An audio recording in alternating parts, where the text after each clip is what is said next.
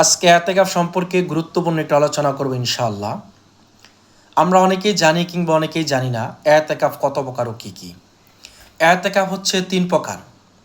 প্রথম নাম্বার হলো ওয়াজিব এতেকাফ, দ্বিতীয় নম্বর হলো সুন্নতে মুআক্কাদ আলাল কিফায়া, তৃতীয় নম্বর হলো সুন্নতে এতেকাফ। তিনটার বিধান আমি বর্ণনা করব ইনশাআল্লাহ।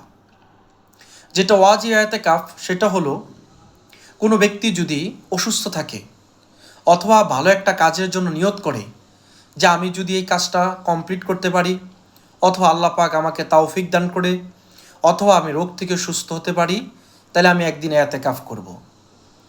যখন সে রোগ থেকে সুস্থ হবে অথবা কাজ সম্পন্ন হবে, তখন যতদিনের এতেকাফে নিয়ত করেছে এতদিন এতেকাফ করা তার উপর ওয়াজিব।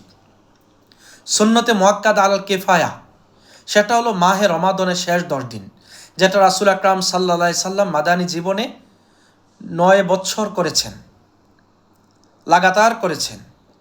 এটা হলো সুন্নতে মুআক্কাদ আলাল কিফায়া। এটা মাহে রমাদান ছাড়া অন্য কোনো সময় করা সম্ভব না। এটার বিধান হচ্ছে কোনো ব্যক্তি যদি মহল্লা থেকে একজন ব্যক্তি এতেকাফে বসে, তাহলে সবার পক্ষ থেকে এতেকাফ আদায় হয়ে যায়। আর যদি একজনও না বসে এতেকাফে, তাহলে সমস্ত মহল্লাবাসী গুনাহগার হয়।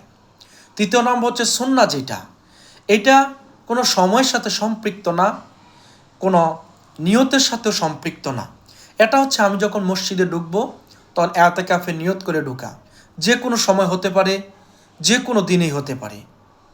আল্লাহ তাআলা আমাদেরকে মাহে রমাদানের শেষ 10 দিন এতেকাফের গুরুত্ব বুঝে এতেকাফে বসার তৌফিক দান করুক। ওমা তৌফিকি ইল্লা বিল্লাহ।